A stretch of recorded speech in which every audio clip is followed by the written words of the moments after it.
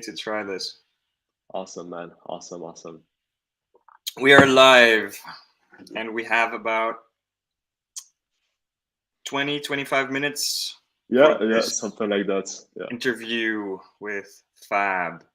Fab, why don't you introduce yourself for a little bit? Yeah, man. So first of all, thank you for having me here. It's a fucking pleasure to be on this live with you. Yeah. I'm myself a coach. I help entrepreneurs with their performance.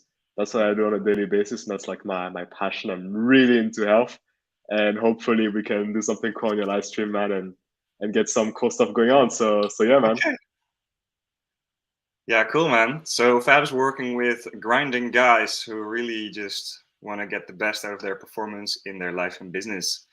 And these qualities, they are qualities that the men that I work with typically lack or they struggle with. Like, how do I structure? I sleep in and sleep late, and I love being up in the night, that sort of thing. I have that a lot too. It's reading. Reading is very nice in the evening, but those things, you're the 5 a.m. club guy, right? This is more your approach to life. Yeah, I mean, I think it's kind of cool because I feel like your audience in audience has like literally the opposite spectrum where it's like for my guys, I believe like taking a step back and how to say being more present and just like letting go of control is like medicine. And like you told me, like I believe like on your end, it's more about like building structure and discipline. And Mm, it's funny how it's like different kind of people need the exact opposite advice. yeah, So I think that's where it's gonna be pretty interesting to rant a bit on our both perspective on that. exactly. Because I would love more people to surrender and relax, but the fact is, people who are drawn to my work, the mythical, spiritual work of healing the spiritual crisis on Earth and really aligning to that mystical vision inside, these people have already mostly relaxed inside of themselves in order to open up to that intuitive channel, right?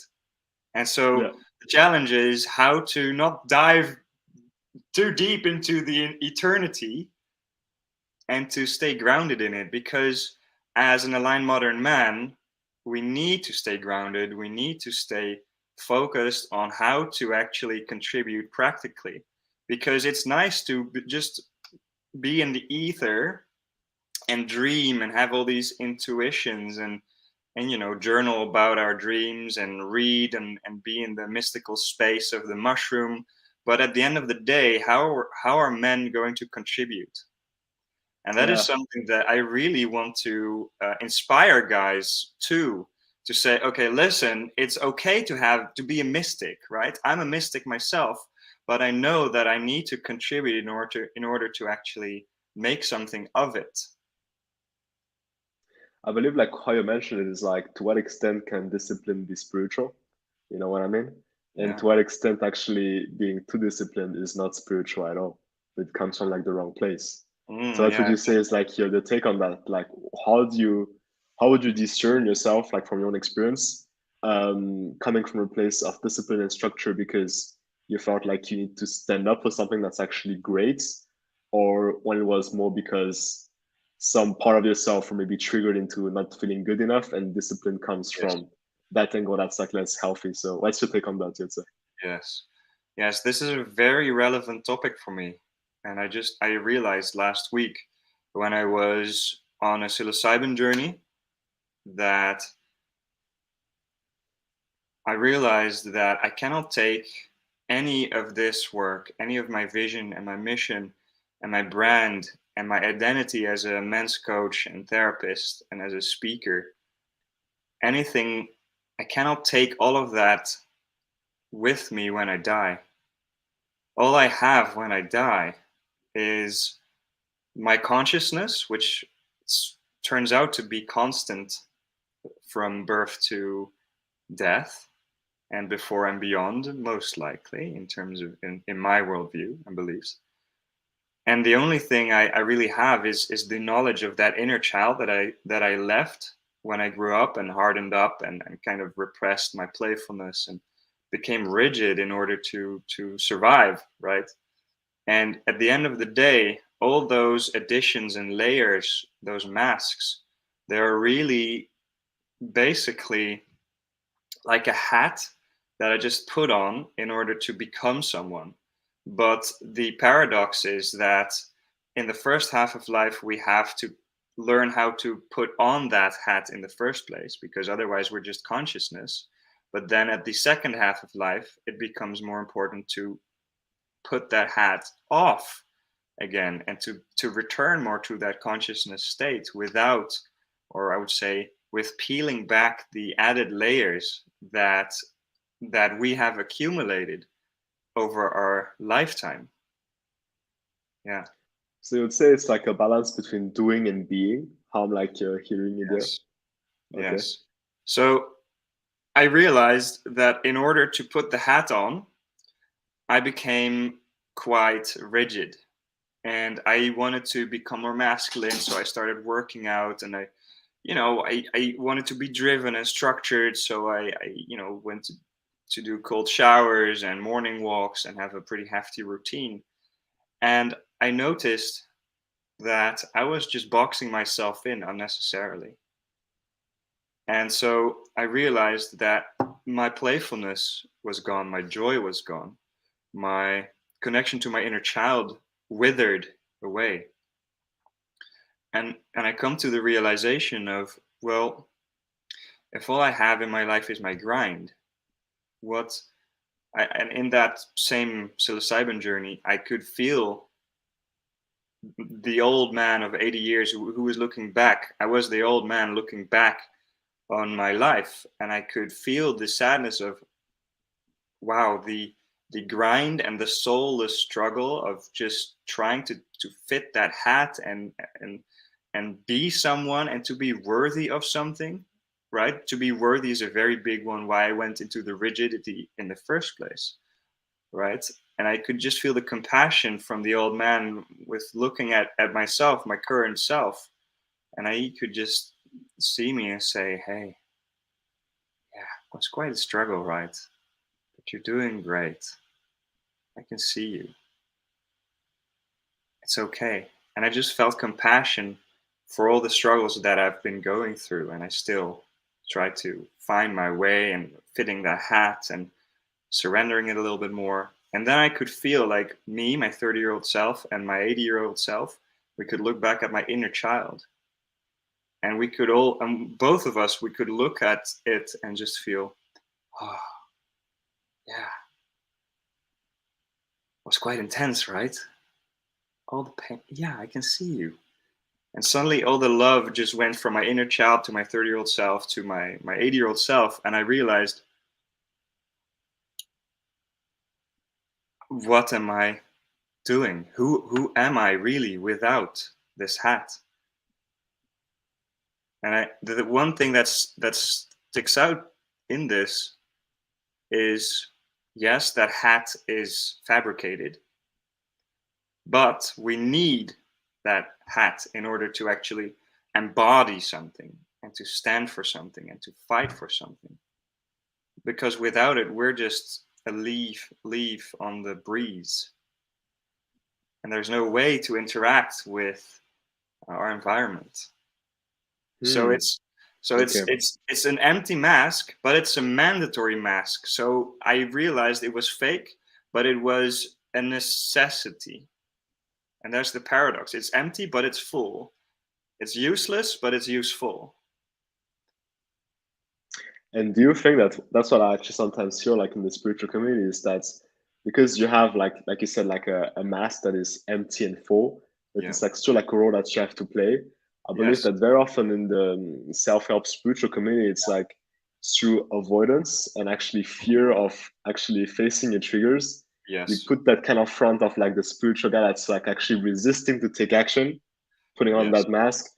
because there's too much fear or like discomfort towards actually really moving forward actually in what you're afraid of. So Yeah. how would you say that someone could like catch themselves in being the authentic spiritual growth or like in total spiritual avoidance, you'd say? Well, it all revolves around taking a stand for something, and that means being someone. It means taking on a certain role or a set of values, a set of principles that you can just live by. You know, Jordan Peterson is very famous for these sort of Yeah. philosophies. But I really stand by this idea that as we are formless, like our child self, just consciousness exploring the world, in order to step into it, we need to take on a certain garment, like the hat. We need to take on something like a role. And for me, the fear around why are people not doing it, and being in the avoidant uh, in avoidance. For example, why people may go into spiritual bypassing or identifying heavily as being spiritual. You know, I'm the shaman, I do ecstatic dances, you know, I do yoga, and I know it's I drink ayahuasca or plant medicine, right? And so that becomes an identity. And this is ironic because, yes, that's a hat, but like, feel into it if you can contribute from that place or if it's coming from an avoidant, um, like an identification in order to avoid your true self. So, for example, I had to burn away my identity as a rigid masculine calisthenics trainer in order to come more to my heart and to realize that my calling is closer related to what I call the archaic revival, to heal the spiritual crisis, really by bringing back the ancient shamanic values and practices from ancient days, Paleolithic, Neolithic, um, right? And that includes the use of psilocybin, become a mushroom society, a culture that we lost. And this is closer connected to my heart. So I had to strip back that false layer in order to feel, to actually be able to feel the calling of something deeper. And then it's about finding the courage to step into that. And that, stepping into that authentic self, which you truly are, and not some sort of fake mask or identity in order to hold the authenticity at bay. Like, I don't need to go there. I can just act like I'm someone else.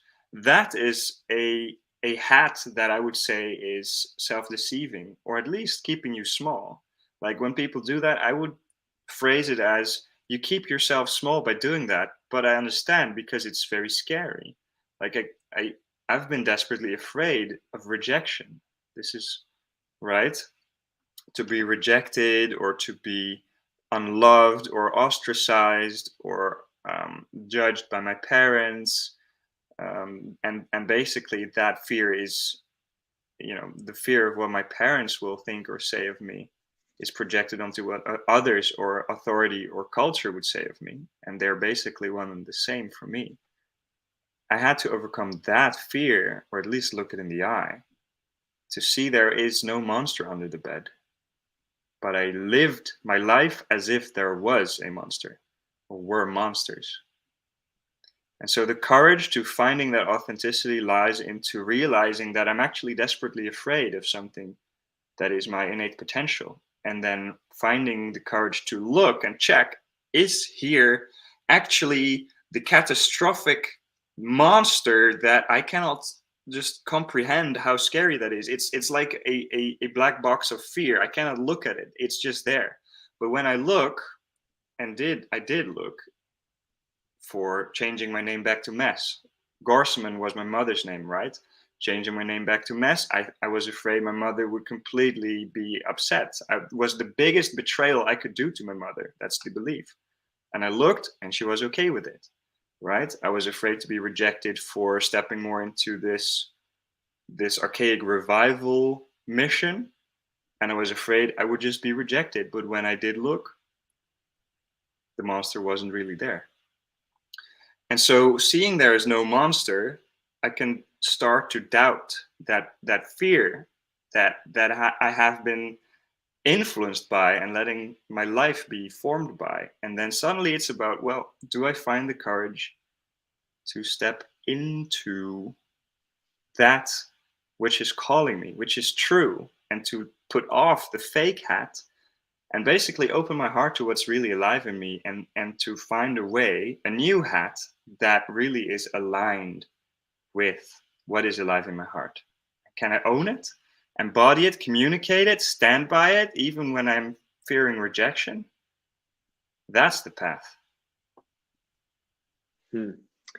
You know, like something that hit me there was like at the beginning, you mentioned how you had that kind of transitional phase where you were having that kind of front of the rigid calisthenics Yes. guy, Yeah. basically.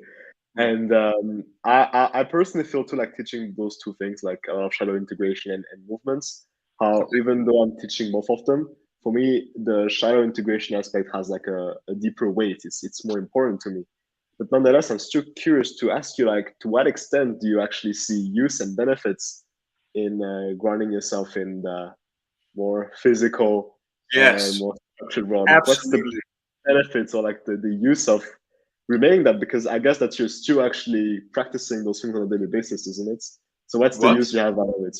You're still practicing tools like calisthenics or like Exactly. your workout on a daily basis. So why is it?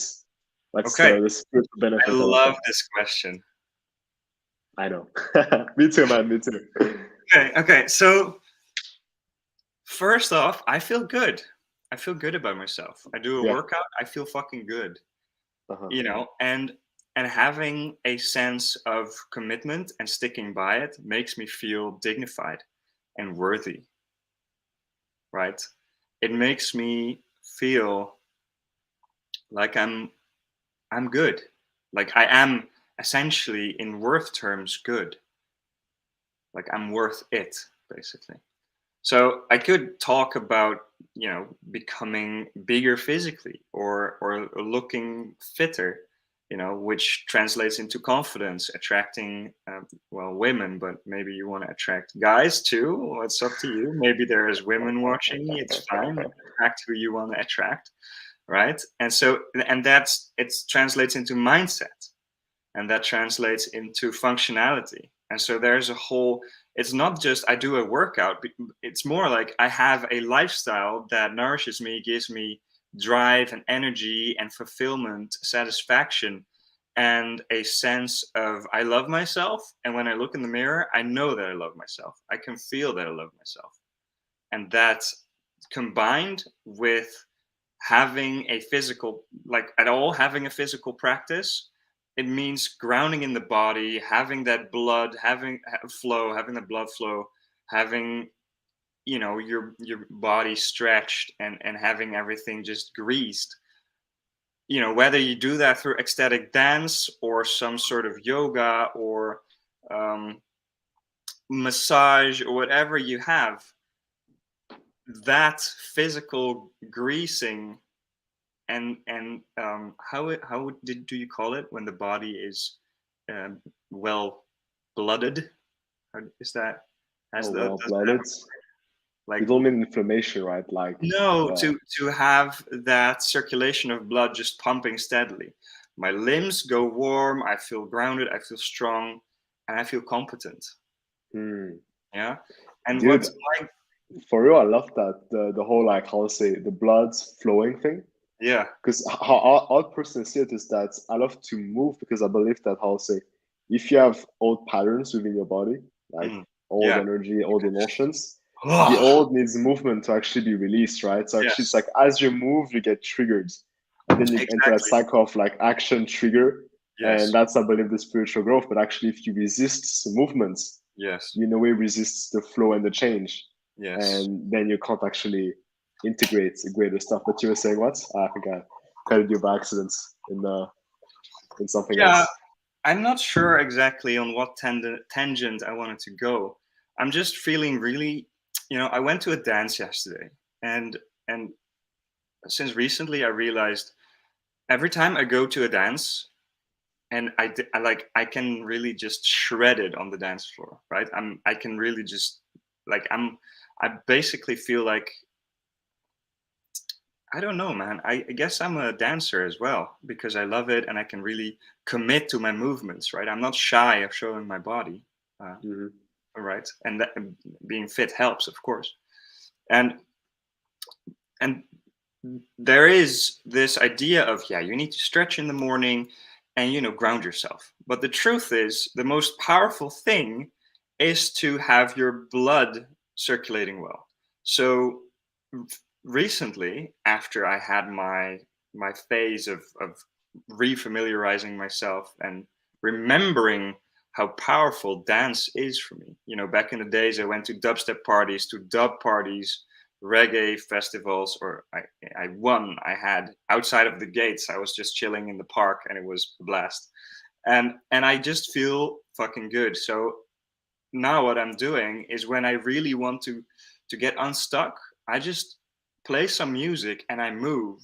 And there, right? So there is a moment where you're like, oh, it's kind of stuck, and you're like, I don't really feel it. And then eventually you grease and you're like, oh, all right. And you just go and you're just flowing and you enter into this space of, wow, actually, this is really some sort of mystic moment, actually. And I guess that's where my catch hook for my guys is like, you can be mystical when you dance, right? And I go through it. And then after 50 minutes, 20 or something like that, I just feel like I'm awake. And I guess for my guys, for the people who are interested in this work, it's just such an incredible practice. Especially because you can know when it's fake, right? Like whenever you dance, it's like the ultimate like letting go test, because you can see if it's like a forced, I'm trying to do cool kind of dance move, Yeah. or if it's like you did right now, like it feels like really like the guy doesn't give a fuck about how he looks like. Yeah, And yeah. actually, that's the thing that actually makes it looking so cool. It's because the guy doesn't give a fuck about it. Exactly. Yeah, it's I saw authentic. my father dance for the first time in my life this weekend. He turned 64, Okay. and I love how he's becoming more relaxed. He's more Yes. tender in his heart. He's more forgiving. He's more understanding. He's like, well, if you want to live your life like that, man, I mean, be my guest. I'm not gonna break my head on it. And in the past, he was more rigid, trying to um, support, which I felt as controlling. So I had resistance, but right. And Mm-hmm. so I mean, that's how I felt it anyway. And I saw him dance. It was a 70s party at a quite degenerate, kind of sad situation, kind of music, a pop podium or something like that. And he moved, and it was kind of like stiff, right? And I know, I mean, from the archetypes and the way that the psyche works and how it integrates in the body, I of course would have expected from a guy. I mean, let's just talk about my father. I would have expected my father to be stiff, because actually he's really linear, he's very rational, right? And so there is a natural stiffness in the body that is not surrendering. And so the spiritual people who I know, who are more flowing, who are more into their lover archetype, open heart, connection to nature, flowing really well in social connections, they let go better. They lack the structure. Like my father's really good in structure. You can really knock on his door and ask Dad how I'm going to do this. He's like, well, son, this is how you do it. And I love it. I need that, right? But he was kind of stiff in that. And the interesting thing was, the dance floor was kind of empty. It was, like I said, a pretty sad place. But regardless of it, and even if the music wasn't what I really like to dance to, 70s music, I don't really, disco and that sort of early rock, which they called blues. My father told me that. I just shredded it, and I didn't give a fuck about who was thinking what, basically, right? And then there was the picture of, yeah, let's keep the time in check. We have 5 minutes. And then it became really clear of people who are more linear, structured, masculine can be more rigid, and it's really clearly expressed in dance. And the people who are more spiritual, sensitive, and more um, flowing in their heart, they dance well, but they really lack structure to make something of their life. And so me and my father embodied those two aspects, and I guess there is a middle in between. Like you and I have this different approach, the spiritual versus the grounded approach. And in the end, I'd say if you're rigid, dance more often, sing, right? And if you're kind of free flowing into life, well, Structure it's more, be structure, more disciplined. Yeah, right? Do those cold exactly. showers, do Yeah. that morning And, practice. and it's like, I mean, you'll feel if like you're in alignment or not. Like you'll feel it in your body if you're like too structured, that inflammation goes up, you feel stressed. And the Yes, opposite, like from what go I've into tried, my it's head. like, right? And if you're too in the flowy side, you feel like a bit, that's what I felt personally, it's like a bit more depressed, like it feels like a bit moody, and you feel like it Yeah, lacks of a yeah, harsh hit in the face. So you can always yes, like judge yourself, like where in the pendulum you are leaning more or not. So it's always like your own self-awareness, like how do you feel? If you yes, feel good, usually yeah, it's the right path, right? Yeah. exactly. And I'd say there's a middle in between because you can go into the head when you're rigid and structured, Yeah. but if you are too free flowing and too spiritual, spiritually inclined, too mystical, you may go into a dreamy state. Yeah. Yes. So it's like either you're in your head and rigid, and if you're too far to the spiritual, you can kind of lose track of reality and dream away. And the Yeah. balance where the two meet is in the body. Can you stay present in Mm. the body, feeling everything there is to feel? This is a life practice, honestly, with an open heart, and allow yourself to truly be impacted by the world and let your heart be touched while staying grounded without flowing away into the endless ocean of eternity. So the middle is the body, where you will know if something is true for you. And Home run, man. that is living the path of alignment and how you Exactly. can be an aligned modern man. Hell yeah, man, beautiful. I love the shit at the end. But I never saw it this way, to be honest. Like the body as like the ultimate compass towards that. But I Yes. could definitely read like it totally makes sense to me. Yeah. Yeah. Too much in the soul, too much in the mind, and then you have the body Right. in the middle. Exactly. That's pretty cool. That's pretty cool. I like it. Yeah. Thank you for joining me here today, Fab. Yeah, it was fun, man. It was fun. Touched. Yeah, really deep story, dude. I love how you can actually went really deep on some experience, and you had like I feel like you've experienced a lot through the words that actually you use. Like it feels like through your own how to say expression of what you've experienced. It Yeah. feels like fuck the guy is like really using more complex words because he's feeling in a deeper way, and this shows, I believe, like authority in your field that actually you've really yourself gone through a lot of that and talk about true experience and actually real proof of what you've experienced through your own journey of like you said, like balancing on those two aspects Yes. of your life. Yes. That's awesome. Yeah. I didn't hear your words or what you meant in the first half, and then you gear towards, and you it really shows that you've gone through this process and that that you have experience with this, and I can feel that in your words. And Yeah, that's where, exactly. oh yeah, this is what you mean. Okay, okay, okay. I don't have to ask you what you said. I got the message. Gotcha. Nice. Awesome. Awesome. Yeah, thank you. And the path is never over. Yeah. It's a So if never you're ending journey. anything, True. True. yeah. Yeah, man. Okay, So man. how do you believe is the most suited way to close that one for you Okay. and your audience? All right. Let's see if I can do it in 30 seconds. Fab, thank you so much for being here. Been, I feel really touched and honored that I got the space to just share from my personal experience and help to chart and map out some of these very fundamental principles. So, really, guys, follow Fab on his links. Links are in the description below. If you want to hear more, subscribe to this channel, join me in my free Telegram group, and see you on the next interview.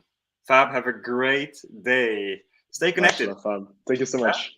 Have a good one. Thank you. Let's see how I end this. How do I end this? I don't even Come know. on, There's no Ruben. button to end it. I don't actually know. Well, That's like for the bloopers. It's like yeah. if only they knew how long it took us to actually set up the mic before that. Oh, I know. I just need That could to also exit be the full bloopers. screen. I exit full screen and I press end broadcast. Guys, have an awesome day. Fab, thank you so much. And check out the Much links love. below if you want to learn more. See you then. Bye, guys. Ciao. End broadcast.